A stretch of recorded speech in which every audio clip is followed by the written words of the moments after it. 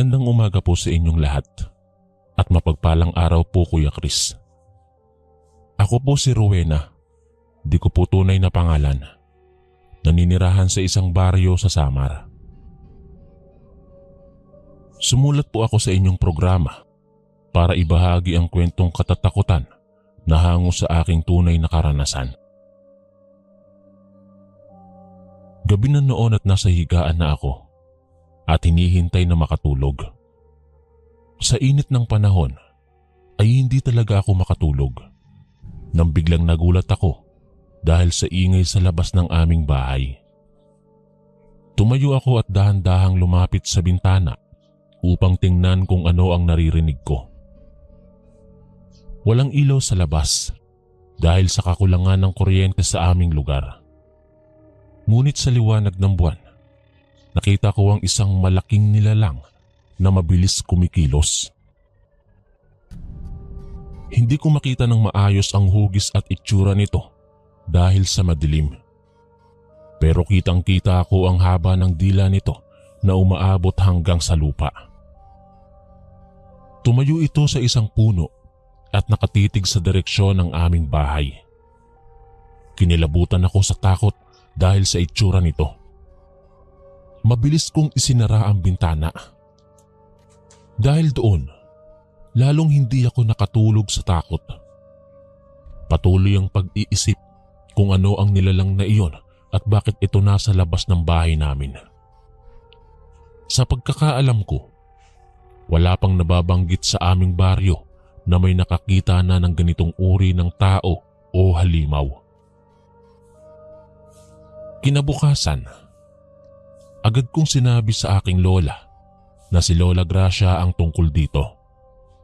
Unay hindi siya naniniwala, pero nang madiin kong ikinuwento, napaisip siyang maaaring isa itong aswang. Noong panahon nila, maraming kwento tungkol sa iba't ibang uri ng mga aswang, pero hindi raw niya ito gaanong naririnig sa mga panahong ito. Kinuwento ni Lola na noong bata pa siya, maraming balita tungkol sa isang tiktik na pumapatay ng mga buntis sa kanilang lugar. Ayon sa kanya, ang tiktik ay may mahabang dila na ginagamit upang makasipsip ng dugo at ng lamang loob ng mga biktima nito. Napaisip ako kung maaaring yun din ang nilalang na nakita ko kagabi. Ngunit bakit kami ang pinuntahan nito gayong wala namang buntis sa aming pamilya? Kinabahan ako dahil baka bumalik ito sa ibang araw o gabi. Tinawag ko si tatay upang ipaalam dito ang nangyari at maghanda sakaling lumitaw muli ang halimaw. Iyon ang unang pagkakataon na nakakita ako ng isang bagay na hindi ko maipaliwanag. Alam kong hindi ito huling pagkakataon at marami pang mga kwento ang aking maririnig at matutuklasan. Ngunit sa ngayon, nananatiling misteryo sa akin kung ano nga ba talaga ang nilalang na yon at ano ang nais nitong gawin.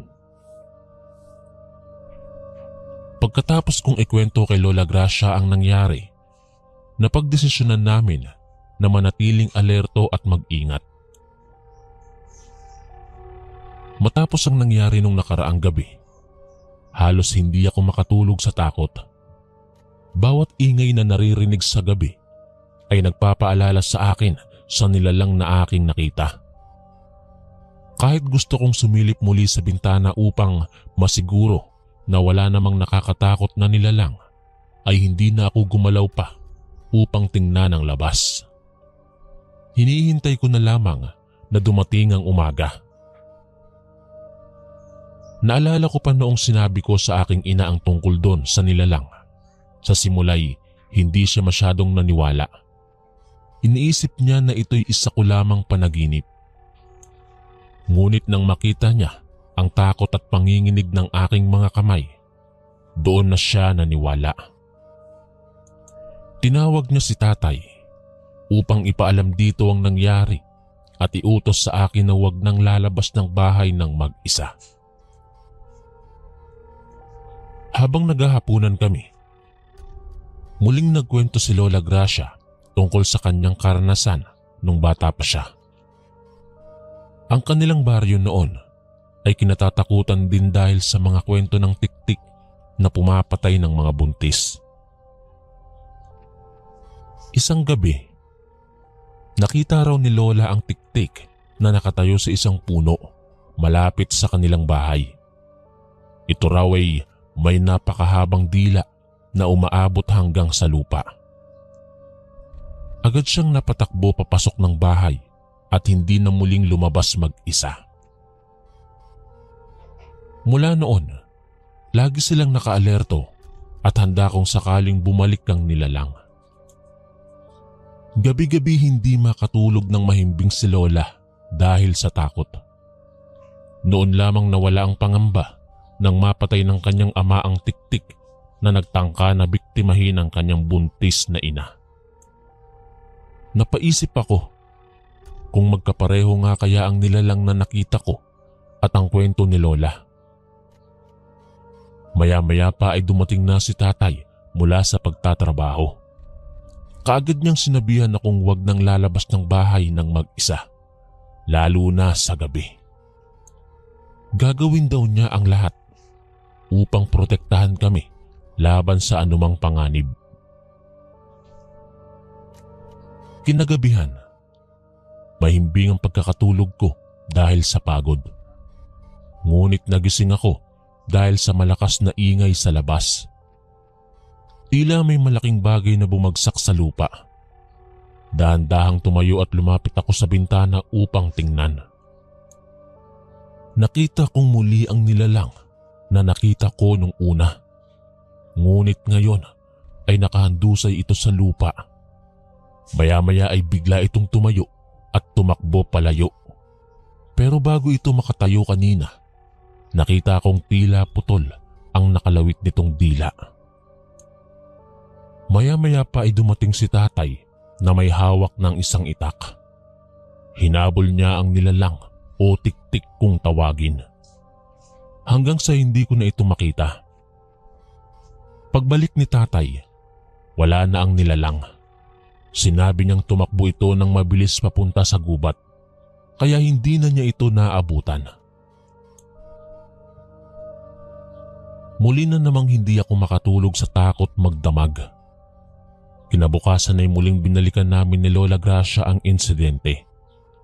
Ang aking ama pala ang may gawa kung bakit naputol ang dila ng nilalang. Sinubukan pa niyang habulin ito pero mabilis itong tumakas. Ngunit malamang ay babalik din ito para gumanti. Kinausap kami ni tatay tungkol sa mga hakbang para sa aming proteksyon. Bibilhan niya kami ng mga kandila at gasera upang hindi madiliman ang paligid sa gabi. Magpapatawag din siya ng manggagamot upang masuri kung may sumpa o nakakahawang sakit kaming nakuha mula sa tiktik. Habang naghihintay kami ng manggagamot, patuloy ang aming pag-iingat. Hindi na ako gumagala ng mag-isa at laging may kasamang matanda. Patuloy din ang dasal namin na sana'y wag nang bumalik pa ang halimaw. Ngunit sa aking puso, alam kong hindi ito ang huling pagkakataon na makikita ko ang tiktik. Siguradong babalik ito upang maghiganti sa pagkakaputol ng kanyang dila. Matapos ang insidente kung saan naputol ang dila ng tiktik, nagkaroon ng ilang linggong katahimikan sa aming baryo. Sa tuwing madilim na, nagsisindi kami ng mga kandila at nag-iingat na huwag mag-isa sa labas ng bahay. Gaya ng inaasahan, bumalik ang tiktik makalipas ang ilang linggo. Isang gabi, gising pa ang tatay ko nang marinig niya ang ingay sa labas ng aming bahay.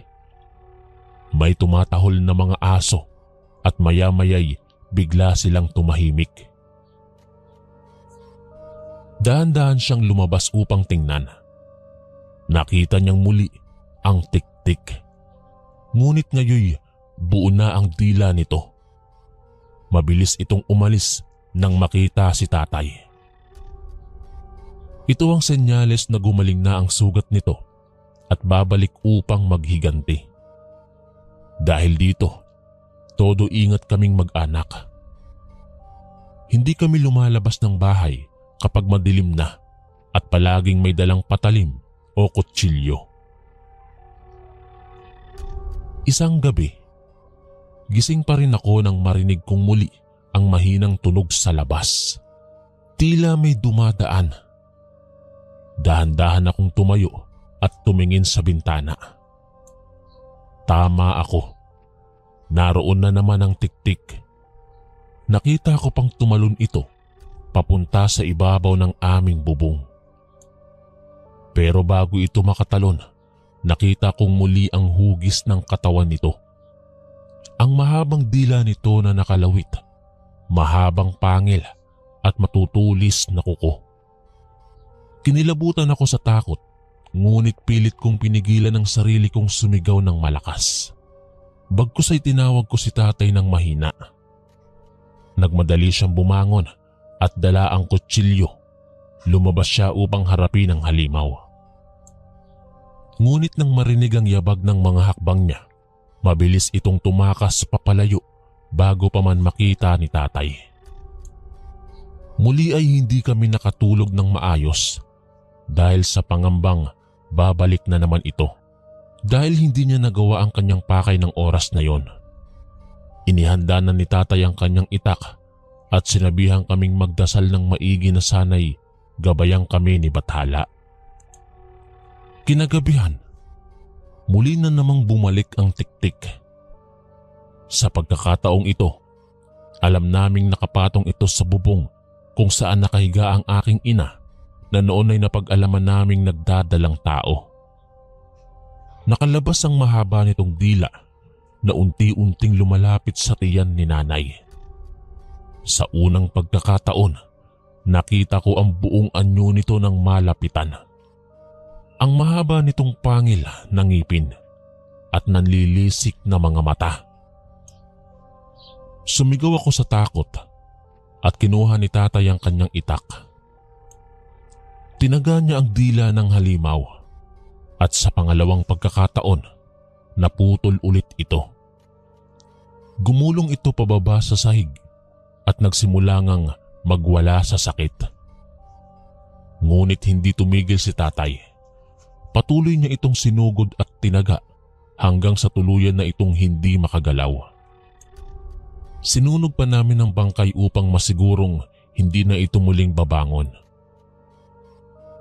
Ngayon lamang kami nakahinga ng maluwag, ngunit habang nasusunog ang labi ng tiktik, naisip ko na marahil ay hindi ito ang huling pagkakataong makikita ko ang isang halimaw. Malaking aral para sa akin na maging mapagmatsyag palagi sa kapaligiran at protektahan ang aking pamilya.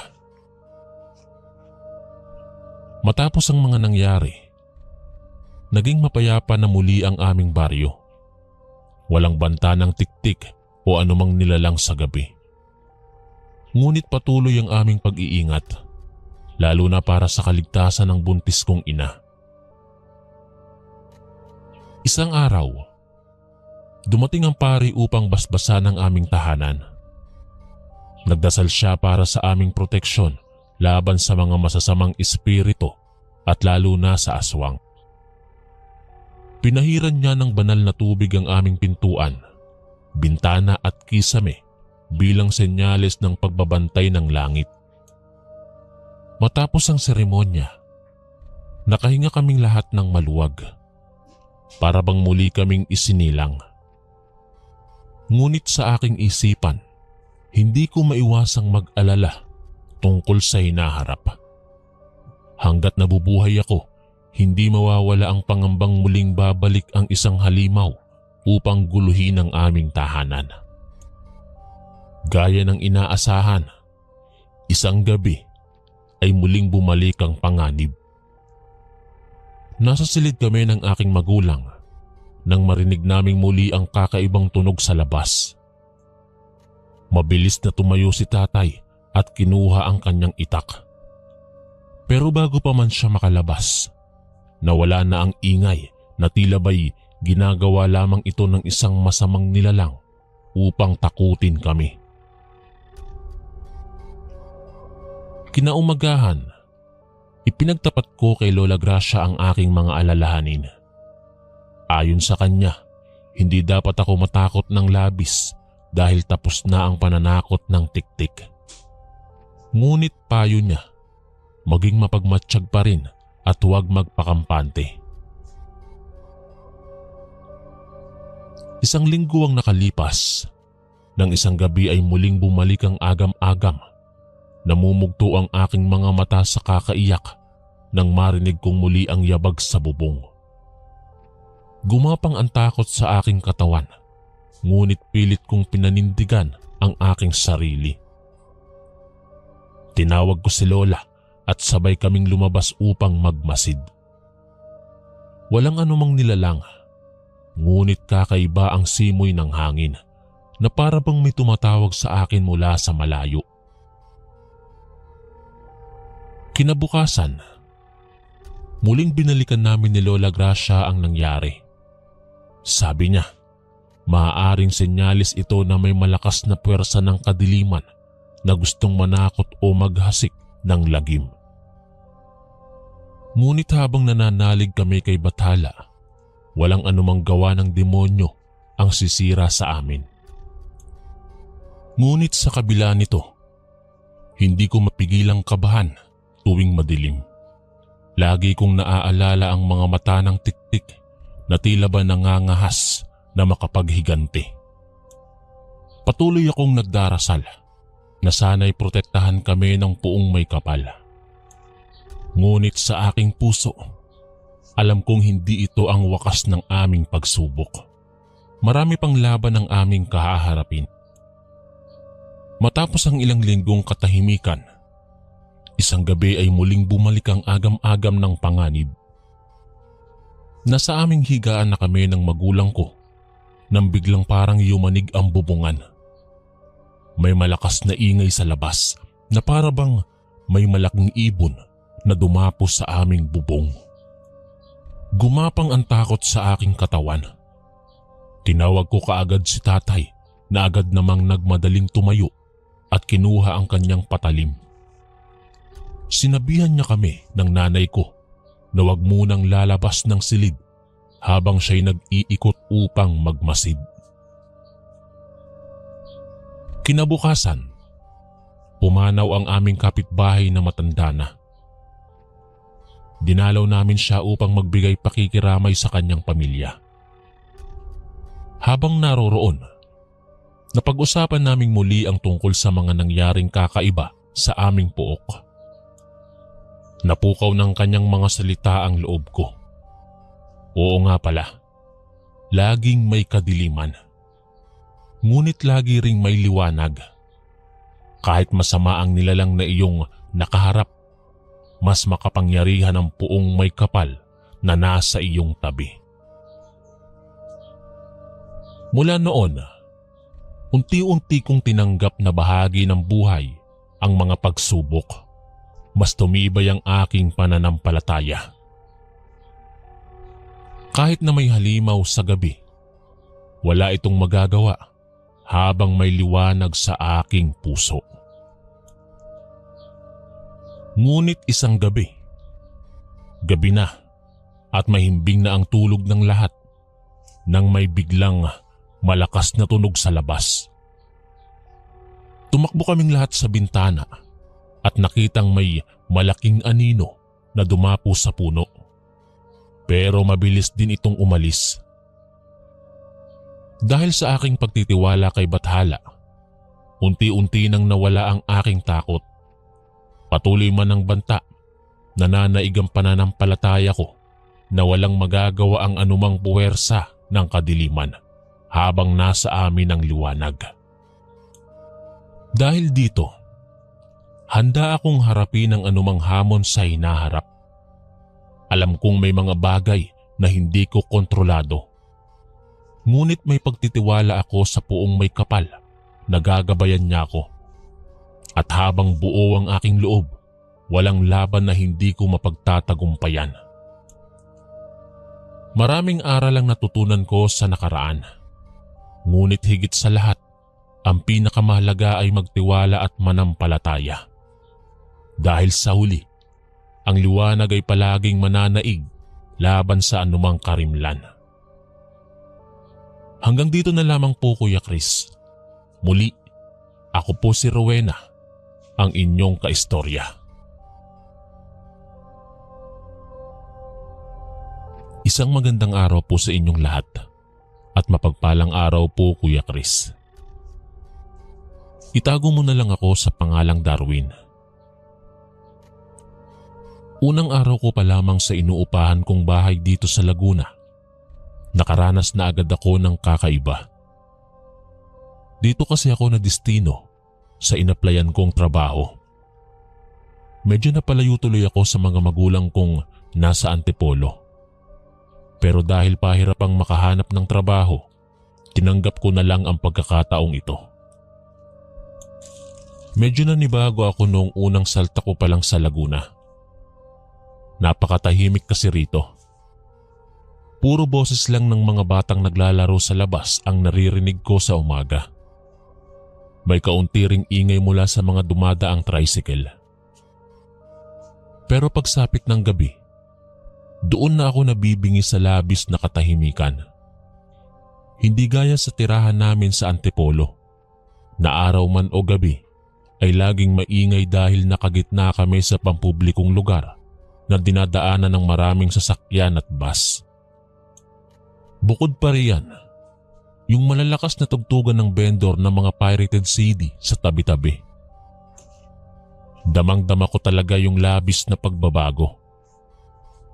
Pero gayon pa man, wala rin akong karapatang magreklamo alang-alang sa trabaho.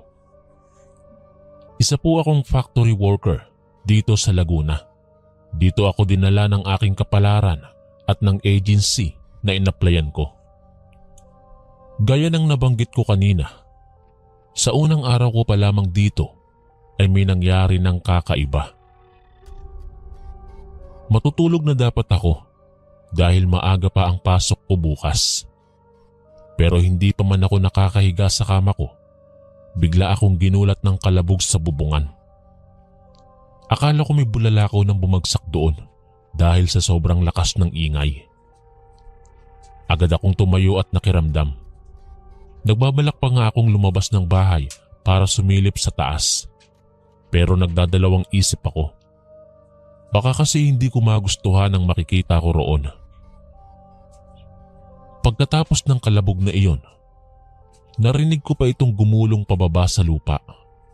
Tapos ay tila tumakbo ito palayo. Doon lang nahinto ang kakaibang ingay. Muling nanumbalik ang nakabibinging katahimikan sa paligid. Ako naman, nanatili pa ring nakatayo sa mga sandaling yon. Ilang minuto akong nakatayo at nakikiramdam. Ngayon ko lang napagtanto na hindi pala ako sanay mag-isa sa ganito katahimik na lugar. Akala ko makakaya kong mamuhay sa tahimik, pero baka ito pa ang pumatay sa akin sa sobrang takot. Makalipas ang ilang minuto, unti-unti na rin akong nakaramdam ng antok. Pero makalipas uli ang ilang sandali, muli na naman akong nakarinig ng ingay mula sa labas. Tila isa itong tao na humihinga ng malalim sa isang mikropono. Napakalakas kasi ng pagbuga nito ng hininga. Habang tumatagal ay papalapit yon sa bintana ng kwarto ko. Nagsimula na akong mangilabot. Mabilis akong nagtalukbong ng kumot at hindi ko nagawang lingunin ang bintana. Dahil baka hindi ko magustuhan ang maaari kong makita roon. Basta't ipinikit ko lang ang aking mga mata at tahimik na nakikiramdam sa paligid. Ilang sandali pa, biglang may naramdaman akong humagis sa aking paanan. Doon na ako nagulat at bahagyang napasigaw. Pagkatanggal ko ng kumot sa katawan ko, ay hindi ko sadyang napalingon sa bintana. Nakita ko roon ang isang itim na nilalang na mayroong mapupula at nanlalaking mga mata. Mabilis din siyang nawala sa paningin ko nang magkatinginan kami. Tumakbo siya palayo at hindi ko na siya tinangkang silipin pa roon at sundan ng tingin. Sa halip ay sinulyapan ko na lamang kung ano ang ibinato niya sa paanan ko. Isang maliit na bato yon na kulay ginto. Pinulot ko ito at pinagmasdang mabuti. Hindi ako maaaring magkamali. Ginto nga iyon. Isang tunay na ginto. Para makasigurado, ipinasuri ko pa iyon sa isang kakilala kong kolektor na si Mang Goryo. Dito na kumpirma na isa nga itong tunay na ginto at may kaunting halaga rin ito kahit paano. Binili niya iyon sa akin ng 10,000. Hindi ko na tinanggihan dahil bukod sa wala akong alam sa tamang pagpepresyo sa mga ganito, ay pera lang din ang habol ko sa mga oras na yun. Tuwang-tuwa ako sa pangalawang araw ko roon dahil tiba-tiba ako sa salapi. Nagkaroon tuloy ako ng karagdagang budget. Yung 500 na tinitipid-tipid ko para umabot ng ilang linggo ay nadagdagan na ngayon ng pagkalaki-laking salapi. Siguro sa panahon ngayon, kaunti na lang ang 10,000. Pero nung kapanahunan ko, sadyang napakalaki nito. Halos milyonaryo na ang tingin sa'yo ng mga tao kapag meron ka nito. Katunayan nga, hindi ko ito sinabi sa mga magulang ko. Sinolo ko lang ang 10,000 yon. Pero magkagayon pa man, nagtataka pa rin ako kung ano kaya ang ibig sabihin ng nilalang na iyon sa pagbato niya sa akin ng ginto. May pinapahiwatig ba ito o may ibang kahulugan? Nakalimutan ko rin yon kinabukasan nang ako'y pumasok na sa trabaho. Pag-uwi ko naman ng hapong yon, dala-dala ko ang ilan sa mga gym equipment na binili ko sa mall, gaya ng maliliit na dumbbell at ilang mga gamit na pang home workout. Kahit abala ako sa trabaho, nais ko pa ring bigyan ng oras ang sarili ko para magpaganda ng katawan. Dati ko na kasi itong ginagawa. Nahinto nga lang mula nang maging abala sa totoong buhay sa labas. At ngayong mag-isa lang ako dito sa aking inuupahan, naisip kong ito ang gawin kong pagkakaabalahan tuwing nasa bahay na ako at kapag walang pasok. Nang sa ganoon ay magkaroon din ako ng dahilan na manatili rito at hindi na umuwi pa sa amin tuwing Sabado at Linggo. Dagdag gastos lang kasi yon. Nang sumunod na gabi, muli akong nabulabog sa ingay na narinig ko sa bubong. Parang may isang dambuhalang nilalang na lumundag na naman doon at ganoon na lamang kalakas ang ingay na nilikha nito. Para bang mawawasak ang bubong ng bahay. Napatayo ako at muling nakiramdam. Narinig ko itong bumaba, ngunit sa pagkakataong yun ay sa harap naman ng pinto ko sa sala. Hindi ko na binalak na lumabas o sumilip man lang. Patuloy lang akong nakiramdam sa kung ano ang gagawin nito. Ngunit makalipas din ng ilang sandali, narinig ko itong tumakbo na palayo. Doon pa lamang ako napanatag. Pero sa kabilang banda, parang gusto ko pa ring sumilip sa labas kung ano ang ginagawa nito sa harap ng pinto ko. Ngunit tuwing makikita ko ang napakadilim na tanawin sa bintana, napanghihinaan ako ng loob. Kaya naisipan kong ipagpabukas na lang ang pagsilip doon. Pagsapit naman ng madaling araw, pagamat may kaunting dilim pa rin sa paligid, ay dinig ko na ang mga tumitilaok na manok, ang tunog ng kampana sa simbahan, pati na rin ang mga nagdadaan ng tricycle. Doon lumakas ang loob ko para bumangon at sumilip sa harap ng pinto sa sala. Ganoon na lamang ang pagkagulat ko nang makita ko roon ng isang bato na kulay ginto. Gaya noong nakaraan. Ang pinagkaiba lang ay mas malaki ito at mas makintab. Gaya ng ginawa ko nung una, pinasuri ko uli ito sa kakilala kong kolektor pagkatapos ng trabaho. Siya mismo ang nagkumpirma sa akin na malaki rin ang halaga nito. Nagawa ko itong ibenta sa kanya ng 50,000. Kakaiba raw kasi ang hugis ng batong ito. Marami raw itong magagawa roon. Tiba-tiba na naman ako sa pera pagka-uwi ko sa bahay. Sa sobrang dami nito, hindi ko na alam kung paano ko gagastusin.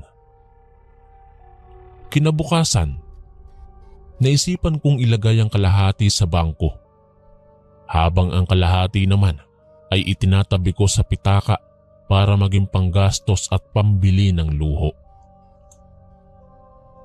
Nang sumunod na araw ay wala akong pasok, kaya naman bumili muli ako ng mga bagong gym equipment na gagamitin ko sa bahay. Sa 2 araw na wala akong pasok ay binabad ko sa pagwo-workout ang sarili ko para maibalik ang dating maskulado kong katawan. Hubad ang pang-itaas kong katawan, habang isang manipis na shorts naman ang tangi kong suot sa pag-eehersisyo. Nasa harap ko naman ang isang salamin para makita ko ng diretso doon ang progress ng nagagawa ko sa bawat araw.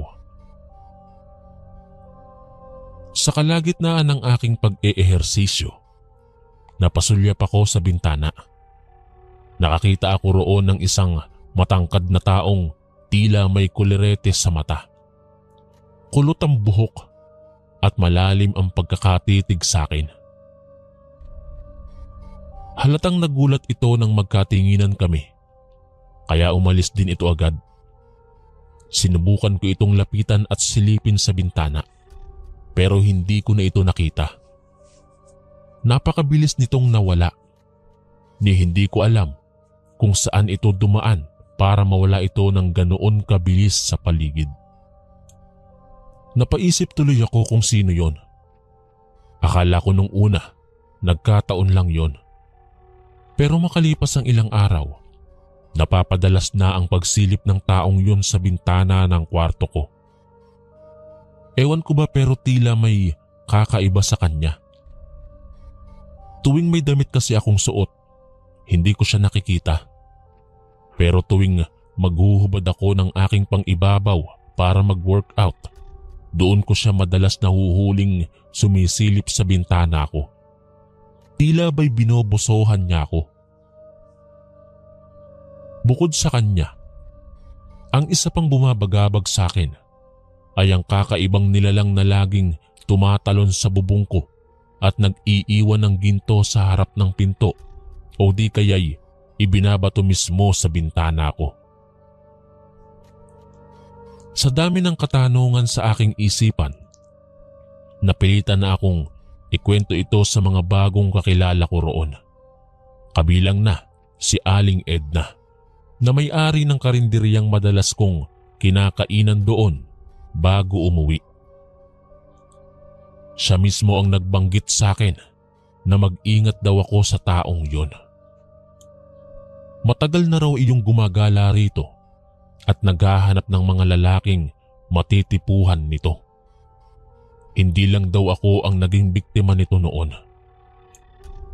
May iba raw nauna sa akin, ngunit sa kasamaang palad, patay na raw sila ngayon.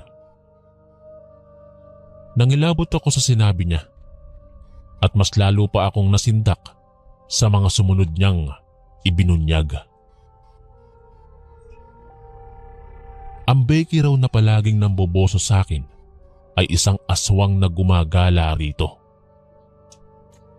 Kapag may natipuhan daw itong magandang lalaki, hinahagisan daw talaga nito iyon ng ginto sa gabi. Oras na tanggapin daw iyon ng mga biktima, unti-unti silang manghihina. Hihigupin nito ang lakas nila hanggang sa darating ang araw na hindi na sila makakabangon. Yun ang pagkakataon na hinihintay ng aswang para mas madali nitong madukot at makuha ang lamang loob ng kung sino mang lalaking nahulog sa mga gintong bato na ipinangbibitag niya. Kaya't habang hindi pa raw ako nakakaramdam ng panghihina, wag na raw akong tumanggap ng anumang ginto mula sa kanya. Oras na makatagpo raw ako, agad ko raw iyong sunugin. Pero di ba po, hindi naman nasusunog ang ginto? Tanong ko kay Aling Edna. Oo, hindi nga. Pero oras na itapat mo sa apoy ang gintong binibigay niya, siya ang masusunog doon at hindi ang mismong ginto. Ang paraan lang para mawala ang kapit niya sa'yo ay sunugin mo ang susunod na gintong ibibigay niya sa'yo. Oras na gawin mo yon, masasaktan siya at magkakasakit ng ilang araw. Doon ka lang niya titigilan at paniguradong maghahanap siya ng panibagong biktima. Nagulat ako sa mga natuklasan ko. Sinunod ko naman lahat ng mga sinabi ni Aling Edna. Nang sumunod na gabi nga, ay hinintay ko siyang dumalaw sa bahay ko. Tulad ng dati, naririnig ko siyang umaakyat sa bubong. Lumilikha ng ingay at walang naglilibot sa harap ng bahay ko. Kinabukasan, nakatagpo muli ako ng ginto sa harap ng pinto ko. Gaya ng sinabi ni Aling Edna, sinunog ko iyon sa basurahan. At mula noon, hindi na nga nagpakita o bumalik sa tahanan ko ang aswang na baklang yon. Mukhang nawala na nga ang kapit niya sa akin, ngunit nag-aalala ako sa binentahan ko ng ginto. Naisip kong hindi kaya madamay siya dahil sa kanya ko binenta, kung kaya't pinuntahan ko si Mang Goryo. Pagdarating ko sa kanila, ay nabalitaan kong may malubha daw na sakit ito at dinala siya sa Maynila upang ipagamot. Nabigla ako sa nabalitaan ko mula sa kanyang kasama sa bahay. Nagilty naman ako sa nangyari, pero hindi ko naman yun sinasadya. Magmula noon, hindi na ako pinaramdaman pa ng aswang na yon. Wala na ring ginto akong napupulot. Napagdesisyonan ko ring ibenta lahat ng gym equipment na binili ko. Naisip ko lang kasi na galing yon sa aswang at ayokong maalala pa yon. Sa takot ko, Kuya Chris, sa lugar na yon, ay nilisan ko na ito at bumalik na lang sa Antipolo. Mas mabuting nakasisiguro ako kaysa naman mabiktima ako ng aswang. Hanggang dito na lang po ang hindi ko makakalimutang karanasan. Salamat po ng marami sa pagbasa nito. Lubos na gumagalang, Darwin ng Antipolo. Magandang araw po, Kuya Chris, at isang mapagpalang araw po sa lahat ng mga nakikinig. Ang kwentong ibabahagi ko po ay kwentong matagal ko nang tinatago sa aking buhay. Tawagin niyo na lang po ako sa pangalang Victor. Tandang-tanda ko pa noong 18 taong gulang pa lang ako nang ako'y unang beses na magkatrabaho. Tinawagan kasi kami ng Tita Rosela ko. Katunayan, hindi namin siya kamag-anak, pero best friend siya ng nanay ko. At tita na rin ang nakasanayan kong itawag sa kanya, dahil ganoon naman lagi ang itinatawag ko sa mga nakatatanda sa akin. Nakiusap sila na kung pwedeng ako ang gawin nilang caregiver sa nanay raw niyang may sakit. 81 taong gulang na raw ito. Malakas pa naman, pero may karamdaman na at hindi na rin daw naiiwang mag-isa. Kinakailangan daw kasi nilang umuwi sa probinsya dahil makalipas ng 10 taon, nahanap na raw yung isa sa mga kamag-anak nilang nawawala. Kaya naman pinatatawag silang lahat para sa isang selebrasyon. Dahil medyo malayo yon, hindi na raw kayang bumiyahe ng kanyang ina. Nangangailangan daw sila ngayon ng taong mapagkakatiwalaan na pwedeng magbantay at mag-alaga rito. May trust issues din kasi yun si Tita Rosela at ayaw na niyang kumuha ng mga katulong dahil nadala na siya sa dati nilang kasambahay na pinagnakawan sila at tumakas. At dahil hindi lingid sa kaalaman nila na marunong ako sa pag-aalaga ng matanda, ako na lang ang nais nilang kuwanin. Nangako rin naman sila na sasweldohan ako buwan-buwan at may 13th month pay rin daw ako. Hindi ko na pinalampas ang oportunidad na iyon. Napagkasunduan namin ng mga magulang ko na ako na nga lang ang papasok na caregiver sa kanila. Tamang-tama rin.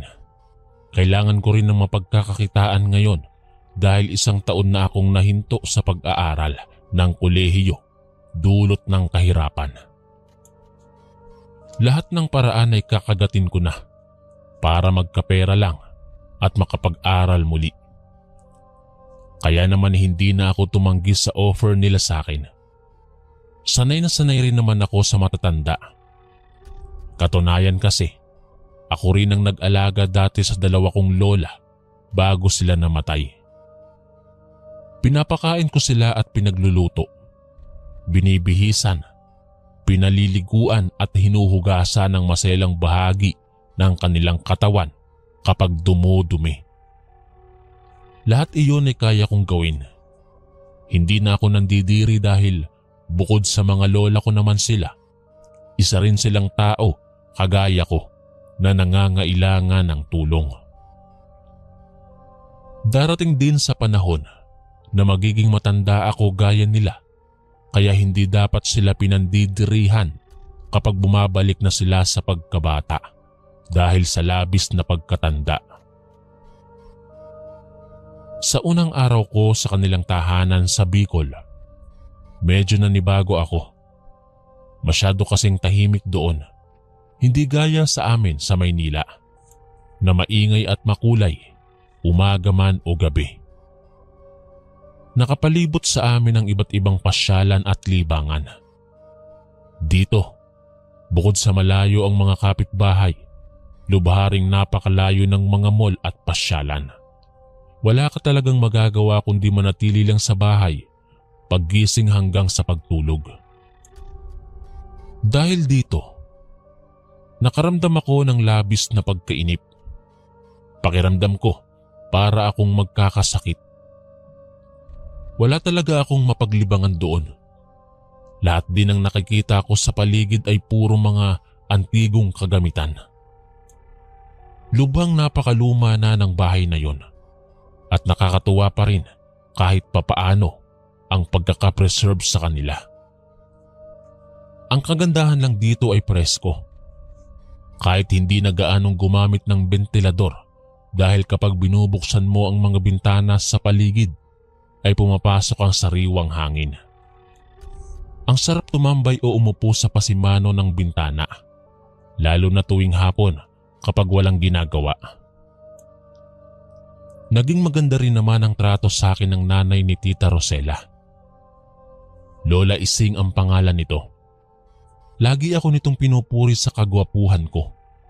Napaka-mistiso ko raw at artistahin ang dating. Naging komportable agad siya sa akin sa unang araw pa lang. Hindi na ako nahirapan sa pag-aalaga kay Lola Ising. Kahit kasi may sakit siya sa baga at laging umuubo, malakas pa rin naman siya kahit papano. Nagagawa pa niyang maglakad-lakad, maligo at magbihis mag-isa. Malakas pa rin magsalita at halatang matalas pa ang memorya. Medyo mahina na nga lang itong kumain at madali raw siyang mahilo kapag sumasabak siya sa mga biyahe. Kaya nga hindi na siya nakasama sa Bicol dahil baka doon pa siya matsyempohan.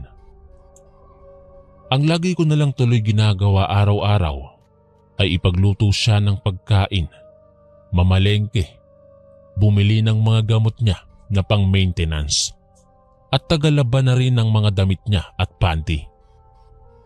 Minsan kapag medyo sumasakit ang mga tuhod niya, hinihilot ko na rin at gustong gusto naman niya yon. Napakaswerte ko nga sa trabaho kong ito. Kaunti na lang ang mga ginagawa ko. Sasahod pa ako ng 10,000 kada buwan. Ang laking tulong nito sa akin at sa pamilya ko. Yung kalahati ay pinapadala ko sa kanila. Yung kalahati naman ay itinatabi ko para sa pag-aaral ko. Nakakadalawang buwan pa lang ako roon.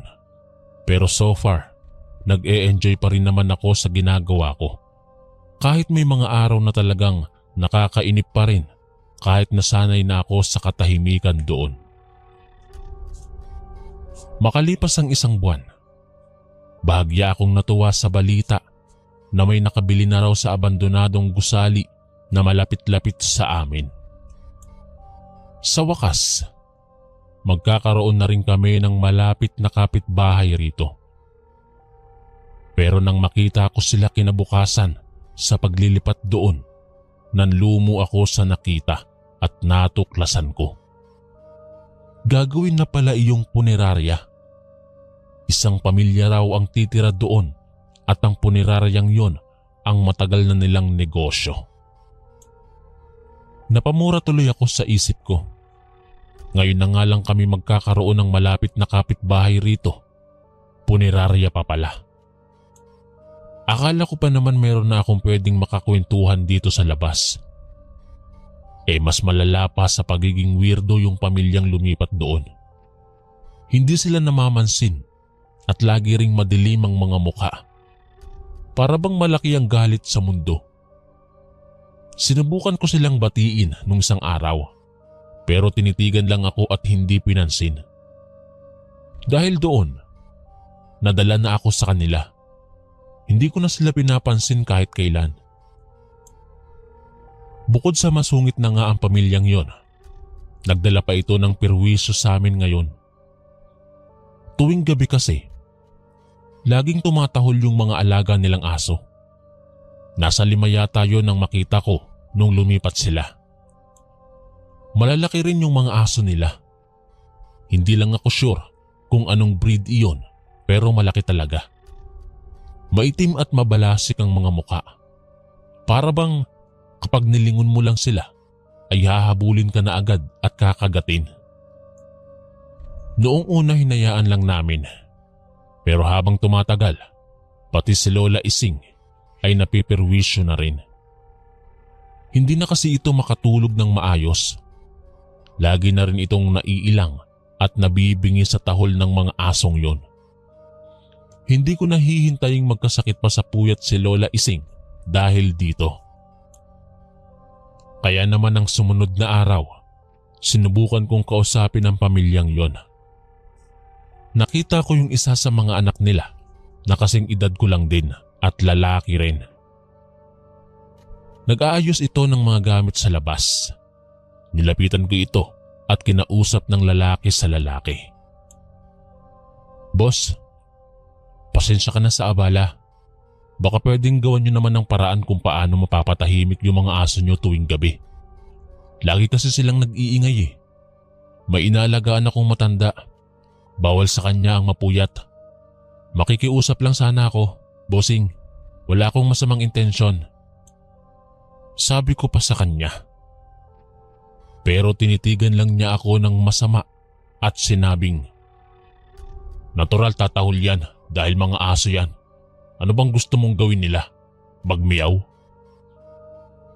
Umurong na lang ang dila ko sa sinabi niyang yon. Parang nainsulto ako. Nakiusap ako ng maayos pero ganoon ang balik niya sa akin. Kung hamunin ko kaya ng suntukan to para makita niya ang hinahanap niya. Kaso inisip kong pabayaan na lang. Hindi ko na siya sinagot at umuwi na lang ako sa amin. Masama pa rin ang loob ko sa kanya at hindi ko tanggap ang nangyari. Kaya naman ng gabing yon, habang tulog na si Lola Ising, sinubukan kong lumabas at sumilip sa likod ng kanilang bahay na isa ng punerarya ngayon. Sa isang maliit na siwang ng bintana ay nakita ko ang likod ng kanilang bahay. May mga sirang kabaong at patay na mga bulaklak pang nakatambak doon. Nakita ko yung 5 aso nila. Nagwawala, nag-aaway at nag-aagawan sa iisang pagkain. Nangilabot ako sa mga itsura nila dahil may bakas ng dugo ang kanilang mga bibig at may nakasabit pang lamang loob sa kanilang mga ngipin. Nagkalat din ang dugo sa sahig at sa bandang gitna nun ay makikita ang isang karne na hindi ko alam kung saan galing. Nang pagmasdan ko yung mabuti, parang karne yata ng pinaghalong manok at baboy yun. Nandiri lang ako sa paraan nila ng pagkain dahil parang hindi sila naaalagaan ng maayos ng pamilya nila. Kaya siguro ganoon na lang kaagresibo. Sa mga sumunod pang araw, wala pa ring pagbabago. Sobra pa rin sila sa pag-iingay tuwing gabi. Nag-aagawan at nagpapatayan sa pagkain. Dahil dito, napilitan na akong gawin ang matagal ko ng balak sa kanila. Nang gabing yon, nagpalit ako ng anyo. Inilabas kong muli sa aking sarili ang isang bahagi ng pagkatao ko na hindi alam ng marami. Oo, isa akong aswang at yun ang dugong nananalaytay sa aming angkan. Nagpalit ako ng anyo bilang pusa. Tsaka ako umakyat sa bubong nila at naghanap ng mapapasukan doon. Nang ako'y makapasok na sa loob, muli naman akong nag-anyo bilang isang mabalasik na nilalang. Mabalahibo ang katawan, mayroong matutulis na kuko at matatalim na pangil. Isa-isa kong nilapa ang 5 aso na iyon sa sobrang galit ko. Tila sanay na ang pamilya nila sa ingay na nililikha nila. Kaya nang gabing iyon na pinagpapaslang ko sila, hindi na sila nilapitan o sinilip man lang doon. Akala siguro nila'y nag-iingay lang sila dahil sa pagkain. Sa pagkakataong yon, ako naman ang lumapa sa kanila hanggang sa butot balat na lang ang matira sa kanila.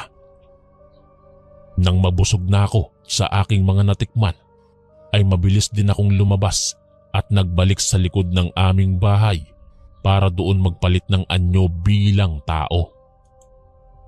At ito ang matindi kong lihim na dito ko lamang ibinahagi sa channel na ito. Nakapatay ako ng mga asong alaga ng punerarya dito sa amin. Akala nyo siguro sila ang mga aswang, no? Nagkakamali po kayo. Ang mga aswang na tulad ko ay naiinis din sa ingay na nililikha ng mga mababangis na asong yon. Lalong nadedemonyo ang utak ko at natutuksong magpalit ng anyo kapag nakakarinig ng ganon.